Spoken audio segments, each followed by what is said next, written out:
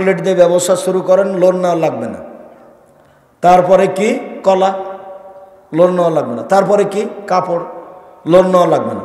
ধনী হতে কতদিন সময় লাগবে? প্রায় 30 বছর।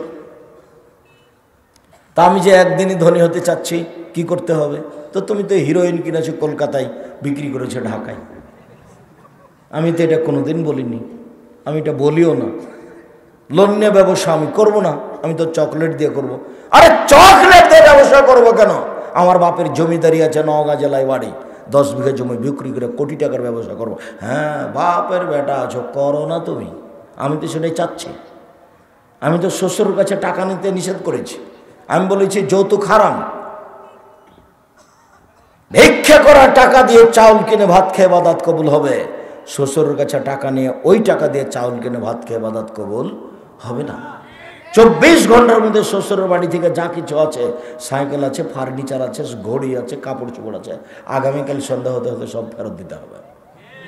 কাপুরুষ বাপ বেটা ভিক্ষা রেখাও। নওগাঁ জেলায় বাড়ি, যদি গ্রামে ভিক্ষা না দেয় তাহলে বাপ বেটা চলে যাও ট্রেন স্টেশনে, নওগাঁ জেলা ওই যে সান্তাহারে চলে যায়।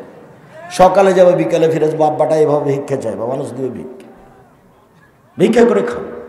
দেখো তোমার বাপের মুখের দিকে মুখখান কালো হয়ে আছে, টাকা নিয়েছো কেন? কেন নিবা? ফার্নিচার কেন নেবো? ভিক্ষা করে খাও। মানুষের বাড়িতে কাজ করে করে ফার্নিচার করো। শ্বশুরের কাছে টাকা নিয়েছো কেন? কাপুরুষ, কাপুরুষের সন্তান কাপুরুষ। তুমি কাপুরুষ, তোমার বাপ কাপুরুষ। তুমি ভিক্ষা করে খাও, তোমার বাপ ভিক্ষা করে খাও। বাপ বেটা ভিক্ষা করে খাও। তোমাকে ঘৃণা করি, তোমার স্বভাবকে ঘৃণা করি, তোমার বাপের স্বভাবকে ঘৃণা করি, মানুষই মনে করি না তোমার।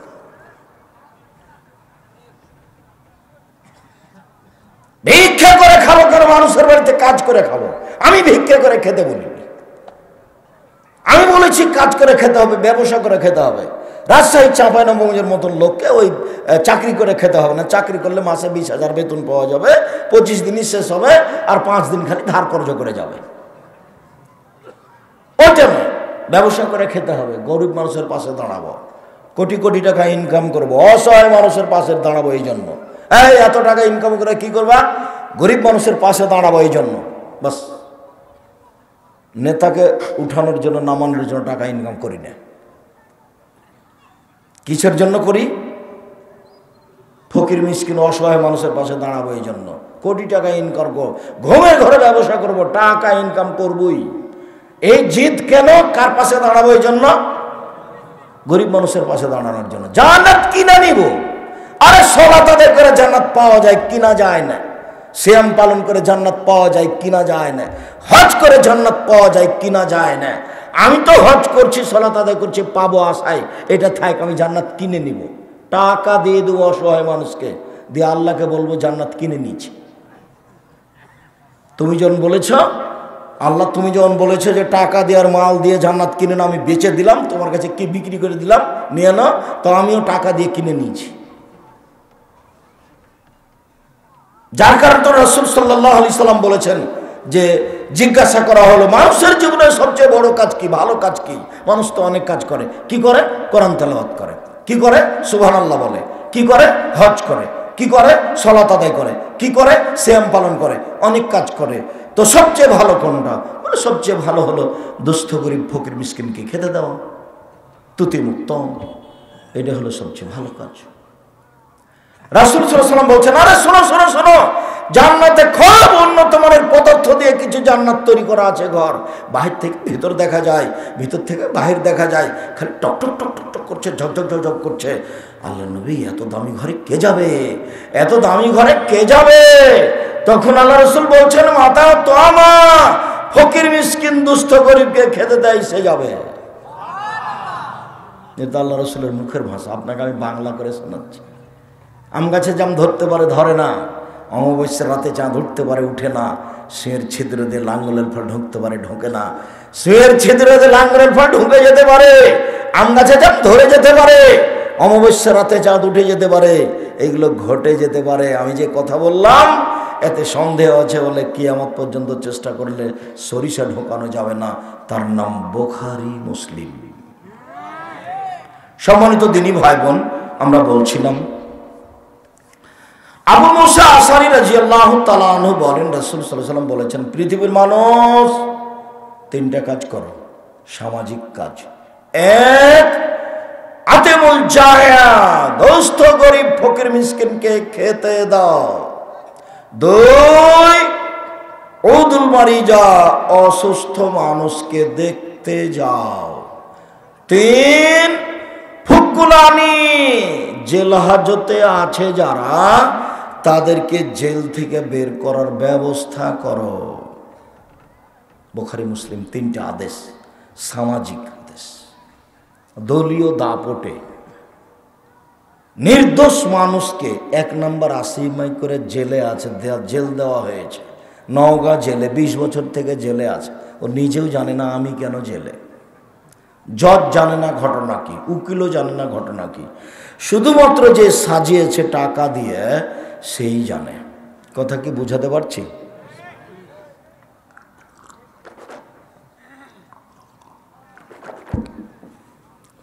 সম্মানিত দিনী ভাই বোন, আল্লাহর নবী অত্র হাদিসে 1 নম্বরে বলেছেন দুস্থ গরিব ফকির খেতে দাও। 2 নম্বরে বলেছেন অসুস্থ মানুষকে দেখতে যাও। এই নিয়ে কয়েকটা কথা আছে। 3 নম্বরে বলেছেন বন্দি মানুষকে মুক্ত করো। আল্লাহর নবী বলেছেন পৃথিবীতে সবচেয়ে বড় পাপ 3টি। 1, শিরক করা। 2, অবাধ্য চলা বাপ মায়ের। 3, মিথ্যা সাক্ষী দেওয়া। দলীয় দাপটে 50,000 টাকা দিয়েছে, তখন জজের সামনে বলছে আমি নিজ চোখে মারতে দেখেছি। যার ব্যাপারে বলছে সে সেদিন নওগাঁ জেলাতে ছিল না, এর নাম মিথ্যা সাক্ষী। এই দিয়ে ওর জেল হয়ে গেছে, 20 বছর থেকে জেলে আছে। দরজায় স্ত্রী দাঁড়ায়, লোহার গেট, এদিক একটু সাদ করে স্ত্রীর গায়ে হাত দেওয়ার কোনো পথ নেই। বাচ্চারা জেল গেটে গিয়ে কান্নাকাটি করে, বাচ্চার মাথায় হাত দেওয়ার কোনো পথ নেই। 20 বছর থেকে স্ত্রীর সাথে পাশাপাশি কোনো কথা নেই। 30 বছর থেকে সংসার বিরান হয়ে গেছে, বাড়িঘর ভেঙে চড়ে গেছে, স্ত্রী বাড়ি থেকে চলে গেছে, সংসার বিরান হয়ে গেছে। মিথ্যা কেসে, আপনার মিথ্যা কসমে সে লোকটা 30 বছর জেল হয়েছে। বলেন এ আবার কোন জীবন? দলীয় দাপটে, ক্ষমতা দেখিয়ে, অর্থের বলে, সামাজিক ক্ষমতায় তাকে জেল দিয়েছে। বুঝতে পারিনি জুলুম কাকে বলে। আবার বিচার হবে, সেটা বিচারের মাঠে। সেদিন চিরদিনের জন্য জাহান্নাম ঘোষণা হবে, আর বিচারটা হবে পরে। যারা জালেম ওদের বিচার পরে হবে। যারা জোর করে জমি দখল করেছে এরা জালেম, এদের বিচার পরে হবে। যারা মানুষকে গালি দিয়ে হেয় তুচ্ছ করে অপমান করেছে এরা জালেম, এদের বিচার পরে হবে। মিথ্যা সাক্ষী দিয়ে যারা মানুষকে জেলে দিয়েছে তাদের বিচার পরে হবে। দলীয় দাপটে যারা জমি দখল করেছে ওদের বিচার পরে হবে। রিক্সাওয়ালাকে থাপ্পড় দিয়ে বিদায় করেছে যারা, ওদের বিচার পরে হবে। এদের বিচার পরে মানে যদি 1 দিন দেরি হয় তাহলে 50,000 বছর, আর যদি 3 দিন দেরি হয় তাহলে 1.5 লক্ষ বছর দেরি হবে। যদি 500 বছর দেরি হয় কতদিন দেরি হবে তা আপনাকে আমি বলতে পারছি। তবে যাদের দেরি হবে না, হাতে হাতে বিচার হয়ে যাবে, তাদের বিচারের সময়সীমা হলো 1 ওয়াক্ত ফরজ সালাত আদায়ের সমান, 5 থেকে 7 মিনিট 10 মিনিট, এর মধ্যে একজনের বিচার হয়ে যাবে। সব বিচার ঠিকঠাক হয়ে যাবে। বিচার ডান দিকে দেখবে, বাম দিকে দেখবে, এই তো পাপ। আবার বিচার খাতা দেওয়া হবে, পড়ো, এই তো বিচার। আশেপাশে সব যা মাটি সবাই তার বিরুদ্ধে কথা বলবে, এই তো বিচার। খাতা দেওয়া দেখা হবে, তোমার পাপ পড়ে দেখো, এই তো বিচার। ডান হাতে কথা বলবে, হ্যাঁ তুমি এই পাপি এই পাপি, পা বলবে ঠিক বলেছ, এই তো বিচার। সামনাসামনি আল্লাহর সাথে মুখামুখি কথা হবে, এই তো বিচার। পরনে কাপড় থাকবে না, উলঙ্গ হয়ে দৌড়াতে থাকবে, এই তো বিচার। বাপ মায়ের সাথে কথা হবে না, এই তো বিচার। অনেক পয়েন্ট বিচারের আছে। দাঁড়ি পাল্লায় ওজন হবে, দেখা যাবে কি হয়, কি যে হয়, পাল্লা যে কোন দিক উঠে কোন দিক যে নামে, এই তো বিচার। এতগুলো কয়েক মিনিটের মধ্যে হয়ে যাবে। সম্মানিত দিনী ভাই বোন,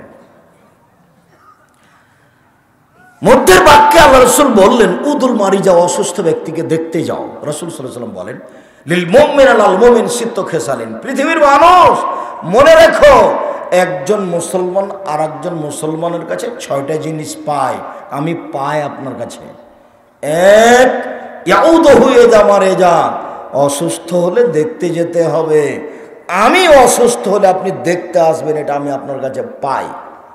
ওয়াইজা মাতা ইয়াশহাদুল জানাজা, মারা গেলে জানাজায় যেতে হবে। আমি মরে গেছি একটা পাওনা আপনার কাছে রেখে গেছি, সেটা হলো এই জানার সাথে সাথে আপনাকে জানাজায় আসতে হবে, এটা আপনার কাছে আমি পায়ে রেখে গেলাম। 3 ইজুবহে জাতাহু, দাওয়াত দিলে, খাওয়ার যদি দাওয়াত দেয় তাহলে যেতে হবে। গিয়ে যদি দেখেন যে মেয়েরা নাচছে, ছবি তোলানো হচ্ছে, তাহলে চলে আসতে হবে। আব্দুর রাজ্জাক সাহেব, আপনার যে ছবি উঠাই, ওই জন্য তো আমি মাঝে মধ্যে এভাবে কাপড় দিয়ে ঢেকে নি, যা এই ছবি উঠাও তো দেখি, অত ব্যস্ত কেন?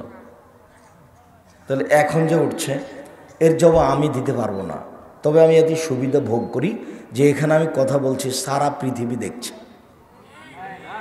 এটার আমি উপকার দেখতে পাই যে মানুষ এতে ইসলাম গ্রহণ করছে, অনেকেই যেখানে যায় পৃথিবীর, লন্ডন, আমেরিকা, চীন, জাপান, রাশিয়া, সৌদি আরব, কুয়েত, কাতার, বাহরাইন, যেখানে আপনি যাবেন সেখানে শুনবেন আব্দুর রাজ্জাক সাহেবের কথাতে আমরা দাড়ি ছেড়ে দিয়েছি, 5 ওয়াক্ত সালাত আদায় করি।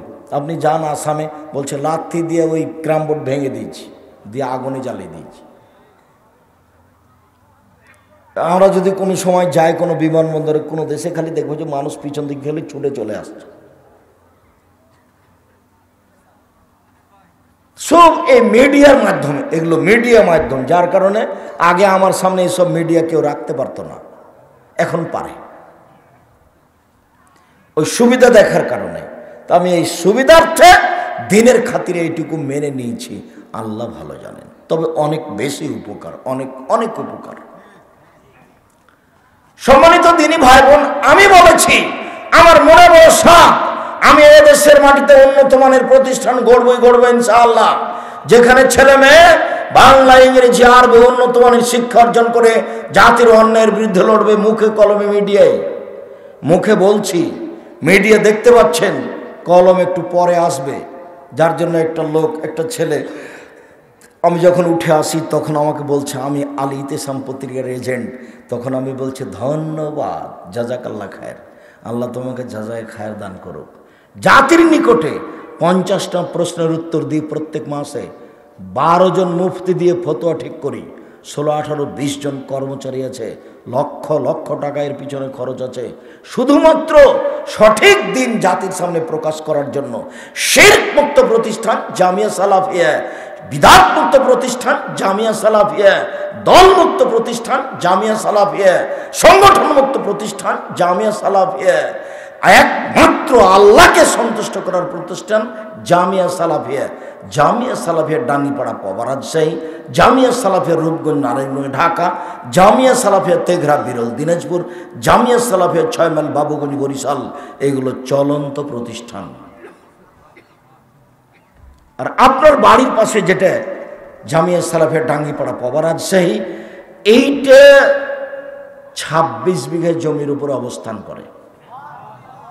এটাতে একটা মসজিদ আছে, 4 তলার কাজ শুরু হয়েছে, যার 1 তলাতে 3000 মানুষ একসাথে সালাত আদায় করতে পারবে। এই মসজিদ 90% জমির উপরে অবস্থান করে। আমি জানি না আপনি যান কিনা, দেখেছেন কিনা। 22-23 ডিসেম্বর সামনে, আশা যে আপনি অবশ্যই যাবেন, একটু সাধ করে যাবেন। আমি তো আপনাকে দোয়া করতে বলেছি, টাকার কথা বলিনি। আমি বলেছি খালি দোয়া করবেন, আল্লাহ তুমি জামিয়া সালাফে কবুল করো। 1 জানুয়ারি ভর্তির তারিখ, আপনি খালি দোয়া করবেন, আল্লাহ তুমি জামিয়া সালাফে কবুল করো।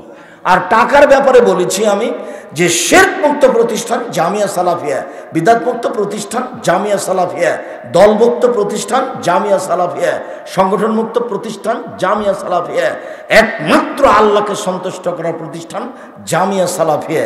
এতে যদি যান তো 10টা টাকা হাতে করে যাবেন, যদি দিয়ে দেন পতিতালয়ের মহিলা যদি কুকুরকে পানি পান করে জান্নাত পেতে পারে, তাহলে এই প্রতিষ্ঠানে দান করলে জান্নাত পাওয়া যাবে ইনশাআল্লাহ। এটাই সেই প্রতিষ্ঠান যেখানে দান করলে জান্নাত কিনা যায়। আমি আপনাদের জামিয়া সালাফের একসঙ্গে খেলে আমি তার টাকা দিয়ে দিই, আমি আপনাদের জামিয়া সালাফের খাই না। আপনাদের জামিয়া সালাফে বর্তমানে শিক্ষক শিক্ষিকাকে বেতন লাগে প্রতি মাসে 30 লক্ষ। আপনাদের এই জামিয়া সালাফে শিক্ষক শিক্ষিকা কর্মচারীকে কত বেতন লাগে বর্তমানে? 30 লক্ষ। টেনশন ভোগ করবেন না আপনি, কিভাবে যে হয় এটা আপনাকে ভোগ করা লাগবে না, দরকার নেই। আপনি খালি এদিকে থাকেন, আমিও বুঝি না কিভাবে চলে, কাজে আপনাকে আমি বুঝাতে পারবো না। আপনি খালি বলবেন আল্লাহ তুমি কবুল করো। আপনাকে আমি এটা অনুরোধ জানাই, 22-23 ডিসেম্বর আপনি অবশ্যই আসবেন, মনটা ঠান্ডা করে দেখবেন, বিষয়ভিত্তিক কথা শুনবেন। আর এই সাধারণ আলেম ওলামা বক্তব্য দিবে না, যারা দেশ বিদেশের সর্বোচ্চ স্তরের আলেম, যারা কোরআন হাদিসের বড় বড় পণ্ডিত দেশে আছে বিদেশে আছে, দেশ বিদেশের বড় বড় আলেম থাকবে সেখানে। সম্মানিত দিনী ভাই বোন, বলছিলাম রাসূল সাল্লাল্লাহু আলাইহি ওয়াসাল্লাম বললেন মানুষ মানুষের উপরে 6টা হক রাখে, তার একটা হলো মানুষ মারা গেলে জানাজায় যেতে হবে, মানুষ যদি অসুস্থ হয় দেখতে যেতে হবে। আপনি যদি সকালে দেখতে যান তাহলে সন্ধ্যা পর্যন্ত 70,000 ফেরেশতা আপনার জন্য ক্ষমা চাইবে। আপনি যদি সন্ধ্যায় দেখতে যান তাহলে সকাল পর্যন্ত 70,000 ফেরেশতা আপনার জন্য আল্লাহর কাছে ক্ষমা চাইবে। আপনি যদি জানাজায় যান, মাটি দেওয়া পর্যন্ত থাকেন, তাহলে 2 কেরাত নেকি হবে। 1 কেরাত সমান হলো উহুদ পাহাড়ের সমান। উহুদ পাহাড় হলো 4 কিলোমিটার প্রশস্ত, 8 কিলোমিটার লম্বা, নিচে কত আছে তা মানুষ জানে না। তা আপনি যদি একটা লোকের জানাজায় উপস্থিত হন, হতে তো আপনি বাধ্য, কিন্তু আল্লাহ যে দয়া করে বোনাস দিয়েছেন, এই বোনাসটা কত আপনি হিসাব করতে পারবেন না। সেটা হলো 2 উহুদ পাহাড়ের সমান। 1 উহুদ পাহাড় কত প্রশস্ত? 4 কিলোমিটার, লম্বা কত? 8 কিলোমিটার, নিচে কত আল্লাহ ভালো জানেন, মানুষ জানে না। তাহলে কত নেকি হলো আমি বুঝতে পারলাম না, বেহিসাব। ওটা আল্লাহর একটা দয়া, এটা বোনাস। এমনি যেটা দিবেন সেটা দিবেনই। শেষে তিনি বললেন বন্দী মানুষকে মুক্ত করো। রাসূল সাল্লাল্লাহু আলাইহি ওয়াসাল্লাম বললেন 6টা মানুষ মানুষের প্রতি হক রাখে, তার একটা হলো দাওয়াত খেতে যেতে হবে। দাওয়াত খেতে গিয়ে যদি দেখা যায় পাপ হচ্ছে, তাহলে উল্টা ফিরে আসবে, এখান থেকে কথা চলে গেছে, একটু লম্বা হয়ে গেছে, মনে কিছু নেবেন না। আল্লাহর নবীর বাড়ি থেকেও মালাইয়া জিবরাইল ফিরে চলে গেছেন। খারাপ কিছু দেখলে থাকতে হবে না। দাওয়াত খেতে গিয়ে দেখছেন যে ভিডিও হচ্ছে, মেয়েরা নাচছে, তাহলে চলে আসতে হবে। আল্লাহর নবীর বাড়ি থেকে জিবরাইল চলে গেলেন কেন?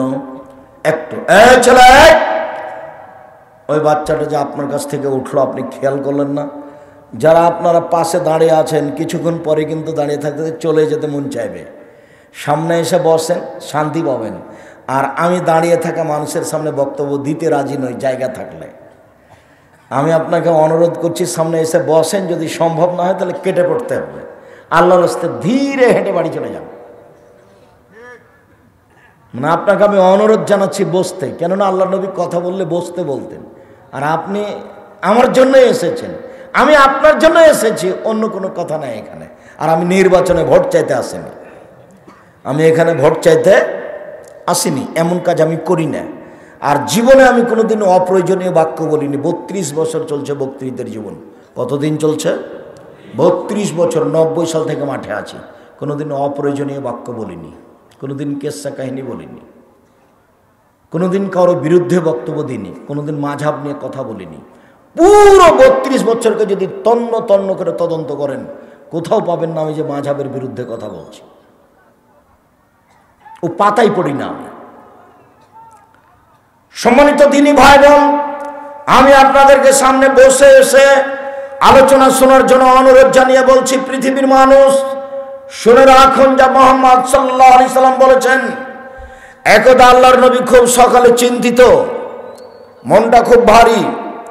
উম্মু সালমা বললেন আপনি চিন্তিত কেন? আল্লাহর নবী বললেন শোনো, রাতে জিবরাইল আমার সাথে আসার ওয়াদা করেছিলেন, রাতে জিবরাইল আসবেন। রাত পার হয়ে গেল, জিবরাইল আসলেন না, আমি খুব চিন্তিত। চিন্তা অবস্থায় উঠে একটু বিছানার নিচে তাকে দেখলেন একটা কুকুরের বাচ্চা।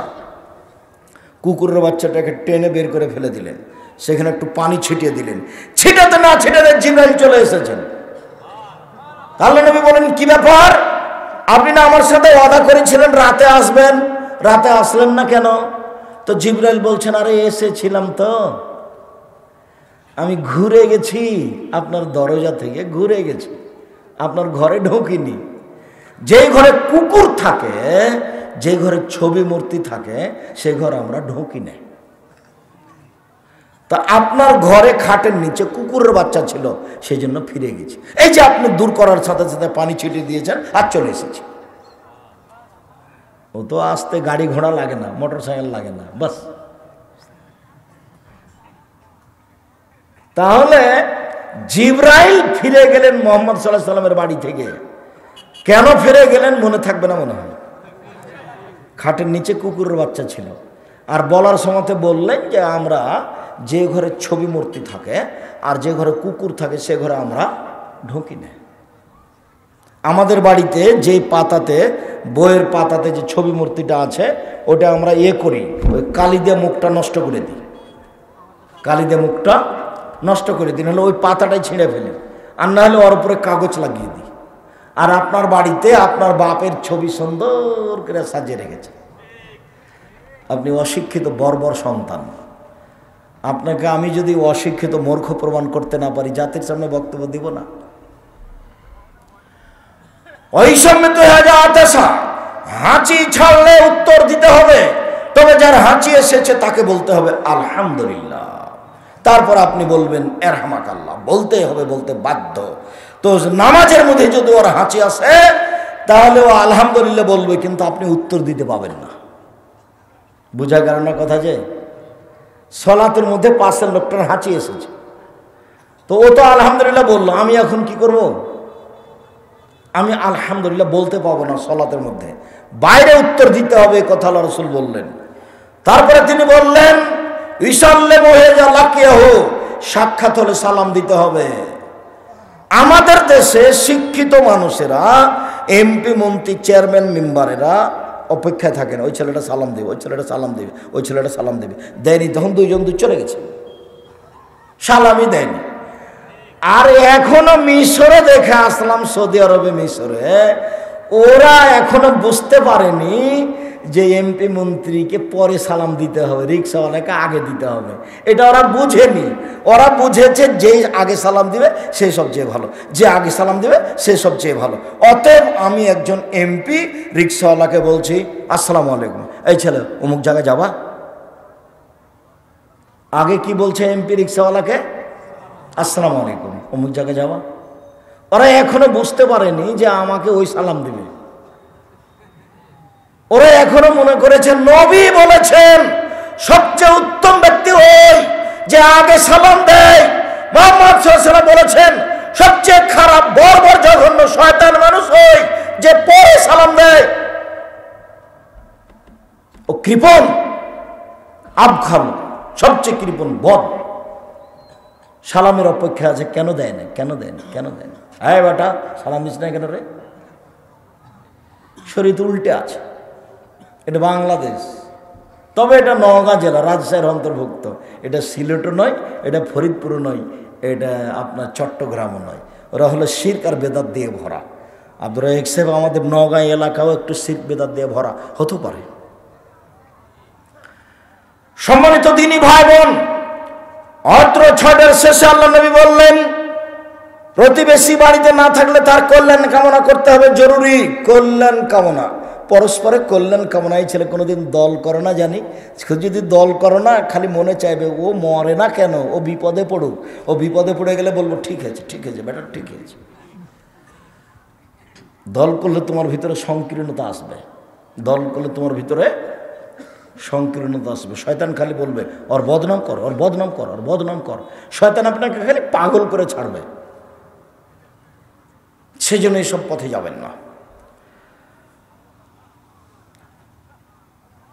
আব্দুল্লাহ ইবনে আব্বাস রাদিয়াল্লাহু তাআলা আনহু বলেন দাখালা রাসূলুল্লাহ সাল্লাল্লাহু আলাইহি ওয়াসাল্লাম আলা আরাবিন ইয়াউদুহু, আল্লাহর নবী একদিন পল্লীর বেদুইন অশিক্ষিত গোয়ার মানুষকে দেখতে গেলেন।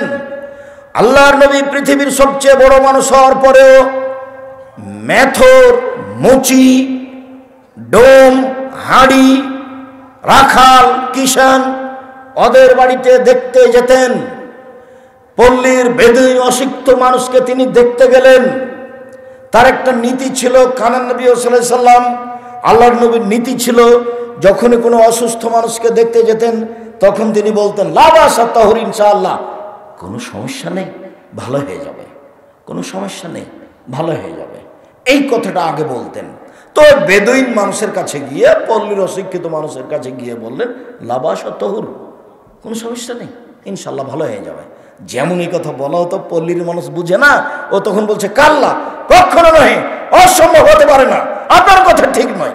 বল হম্মা আলাইয়া, আমার গায়ে খুব জ্বর, আমি মরি মরি, তাজুরুল কবর, কবর আমাকে দেখছে, আর আপনি বলছেন ভালো হয়ে যাবে। হ্যাঁ, আপনার কথা ঠিক নয়। দেখেন কত অশিক্ষিত মানুষ, পল্লীর মানুষ। আল্লাহ নবী যে কথাটা বললেন সে কথাটাও মেনে নিতে পারল না। তখন আল্লাহ রসুল বললেন ফানাম এদান, আচ্ছা ঠিক আছে, তাহলে তুমি যেটা বললে সেটাই। আল্লাহ রসুলের কথাটাও মানল না। হাদিস বুখারী মুসলিম। আমি এখানে যেটা দেখাতে চেয়েছি সেটা হচ্ছে পৃথিবীর সবচেয়ে বড় মানুষ গ্রামে একটা পল্লীর বেদুইন অশিক্ষিত মানুষকে দেখতে গেছেন। উম্মু সাহেব আব্দুল্লাহ ইবনে ওমর বলেন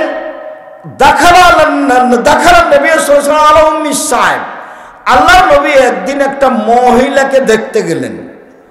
মহিলাকে দেখতে গিয়ে বলছেন মালাকা তুজাবজিফিনা, কি ব্যাপার, তোমার কি হয়েছে, তুমি এত থরথর করে কাঁপছো কেন, কি হয়েছে তোমার?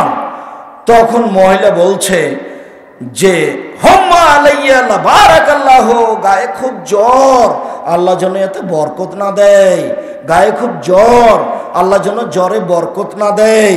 তখন আল্লাহ রসুল বলছে না না না না না, লা তুসবিল হম্মা, ছি ছি ছি ছি ছি, জ্বরকে গালি দিও না, জ্বরকে গালি দিও না।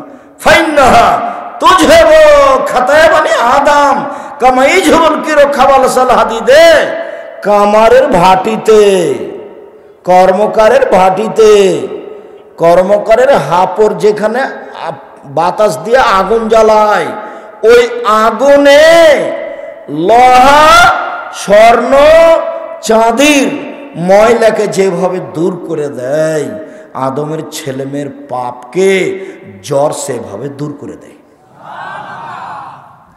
হাদিস বুখারী মুসলিম। এটা মনে হয় মনে রাখতে পারবেন না। কামারের ভাটিতে লোহা দিলে, স্বর্ণ দিলে, চাঁদি দিলে যখন লাল হয়ে যাবে তখন ওর গায়ে যেটুকু ময়লা আছে সেটুকু কি হবে? পড়ে যাবে। আল্লাহ নবী বলছেন এই কামারের ভাটি যেমন স্বর্ণ চাঁদি লোহার ময়লাকে দূর করে দেয়, মানুষের গায়ের জ্বর তেমন মানুষের পাপকে কি করে দেয়? মুছে দেয়।